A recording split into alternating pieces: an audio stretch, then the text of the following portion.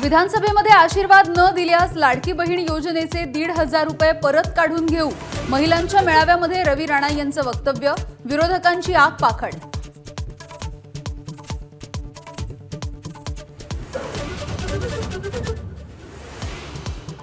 पन्नास टक्क्यांची मर्यादा ओलांडल्याशिवाय आरक्षणाचा प्रश्न सुटणं कठीण.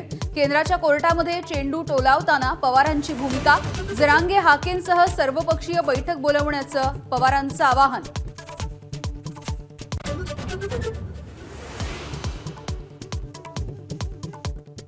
मोकळं करा म्हणणाऱ्या फडणवीसांनाच विधानसभेमध्ये जागा वाटपाचे सर्वाधिकार. कालच्या मुंबईतल्या बैठकीमध्ये निर्णय. 150 जागांचा भाजपचा आग्रह कायम.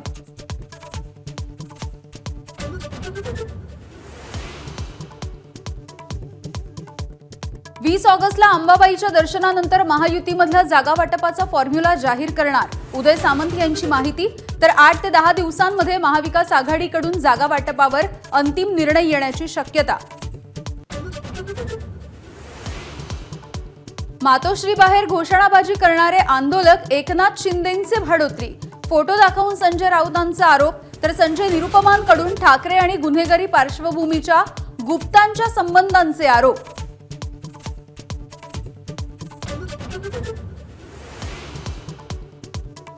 केशवराव भोसले नाट्यगृह पुनर्बांधणीच्या बैठकीमध्ये संभाजीराजे छत्रपती आक्रमक. कामामध्ये गैरप्रकार झाल्यास तुम्हाला जबाबदार धरणार. मुश्रीफांना इशारा.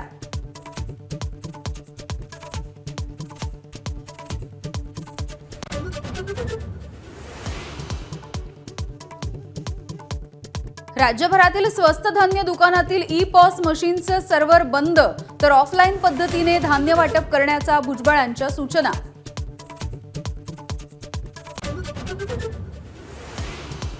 अजित पवारांच्या अल्टिमेटमला 10 दिवस उलटले तरी मुंबई नाशिक महामार्गाची परिस्थिती जैसे थे.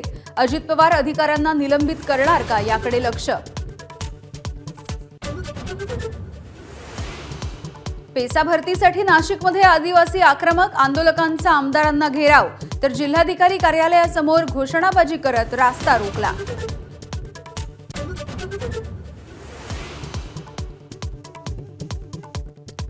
हिंगोलीत आमदार संतोष बांगर यांच्या नेतृत्वामध्ये कावड यात्रेला सुरुवात. 18 किलोमीटरच्या कावड यात्रेमध्ये मुख्यमंत्री शिंदेंसह हजारो शिवभक्त सहभागी.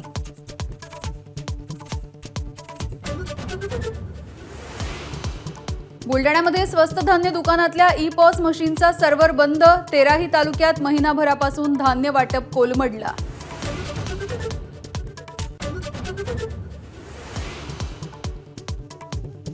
मुंबईमध्ये येणाऱ्या भाजीपाल्याची आवक घटली. वाशीच्या मार्केटमध्ये वाटाणा गवार 150 रुपये किलो.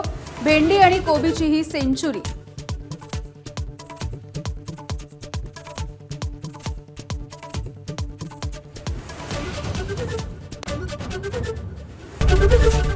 एबीपी माझा, उघडा डोळे बघा नीट.